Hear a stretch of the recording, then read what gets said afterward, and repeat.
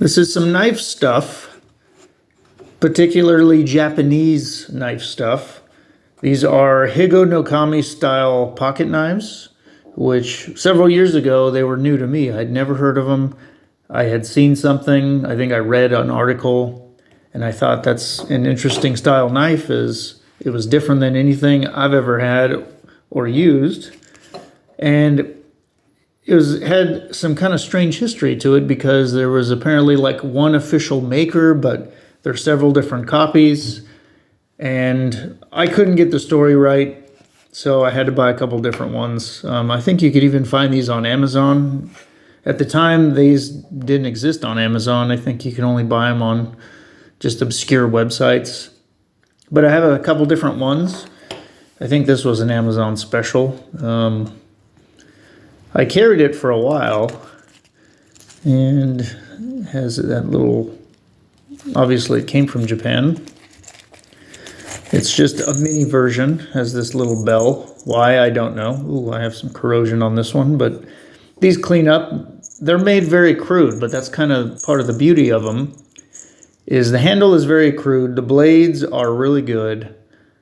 They're not that expensive, and if they loosen up, you can just take a hammer and pound this and it'll stiffen back up. But it's a friction folder. And this blade, I think I put a little more work in.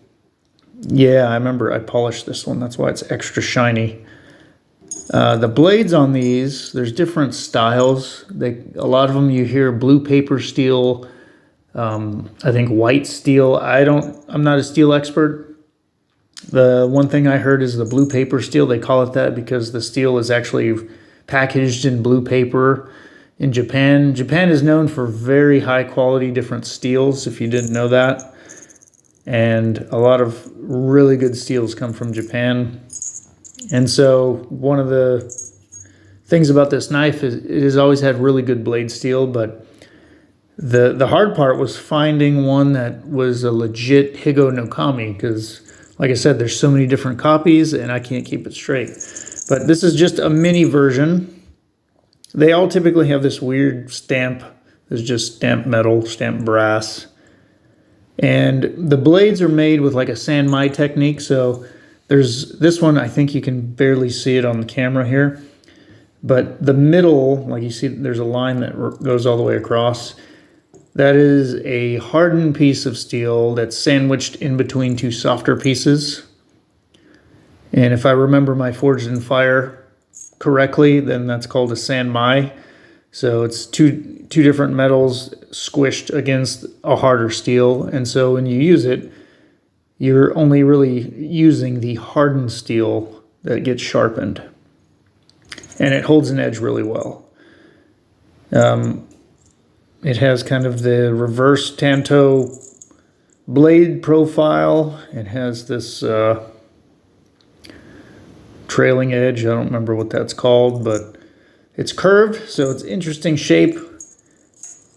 I'm not a huge fan of carrying it in my pocket because it does loosen up over time, and you don't want this just opening up when you reach in your pocket because it is really sharp.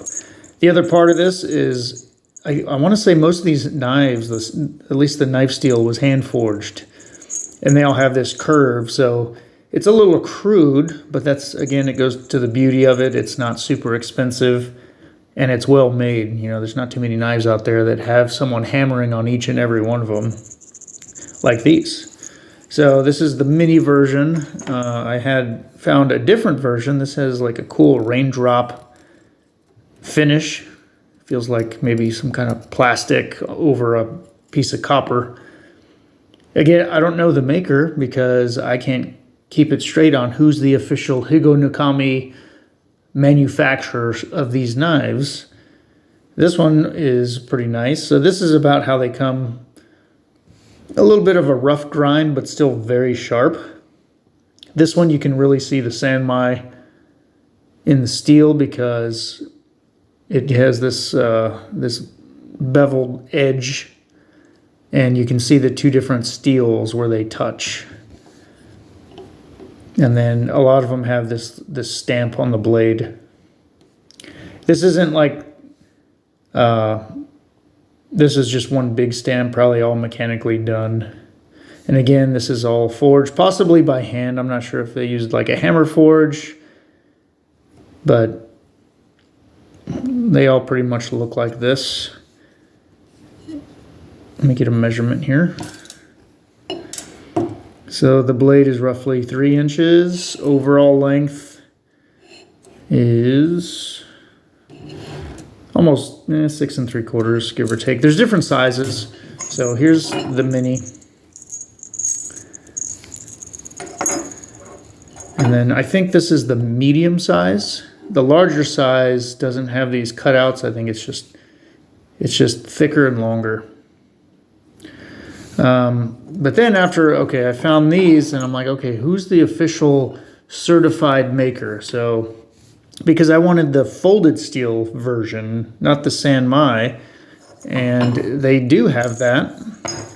So I found one. This one was a lot more expensive. Came in a wooden box. And it has this mark. This one is about the same size as this one, but there's a couple differences.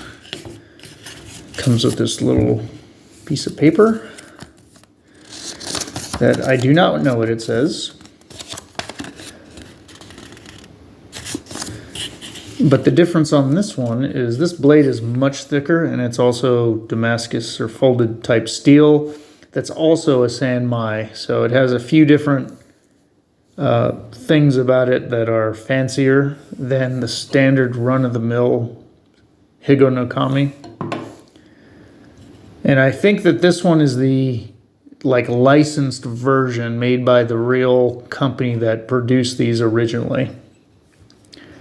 This one also has a different stamp on the back side, whereas most of them only have this type of stamp on one side. This one has this tiger design and bamboo on the back side.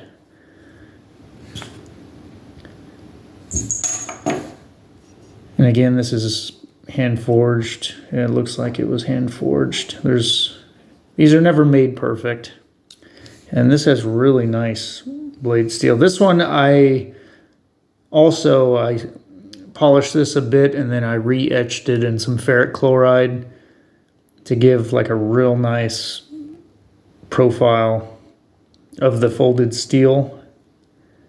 And the blade is very thick on this one. So most the Higonokami knives that I've seen are about this thick. This one you can see is just much thicker, but it's also a lot more costly. I want to say this one was probably about $120, $130, but there was a lot more work that went into it. And this one I did carry for quite a while. This is a good usable knife. And this one also has the blade stamp that a lot of the other ones have. So there's different markings. That's why I'm so confused on who and what all these marks mean. Maybe someone can chime in. But this is the Damascus, kind of the upgraded version of the Higonokami style of knife. It has the tiger and bamboo, and the blade is very heavy, and it's just a friction folder. So it feels a little, it's a little cheap, but the quality is in the blade steel. It's not really in the handle, and the handle is made so it can be rugged. The user can just pound on the rivet if you want to tighten that up, and it's just a unique design and very sharp. Holds an edge very well too.